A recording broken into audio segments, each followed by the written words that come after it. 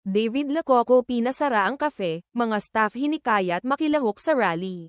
David Lococo umani ng papuri matapos pansamantalang isara ang isang sangay ng kanyang kafe sa White Plains, Quezon City nitong linggo upang bigyang daan ang kanyang mga empleyado na makilahok sa mass rally laban sa katiwalian.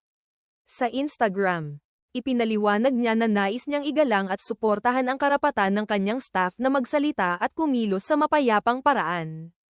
Ang kanyang pahayag, na nagsasabing ang kapangyarihan ng gobyerno ay mula sa taong bayan, agad na nag-viral at pinuri ng marami.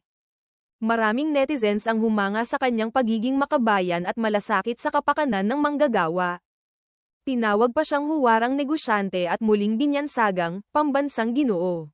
Ang hakbang na ito ay nakita ng ilan bilang inspirasyon para sa ibang negosyante at personalidad na gamitin ang kanilang impluwensya upang suportahan ang mamamayan at lumaban sa katiwalian.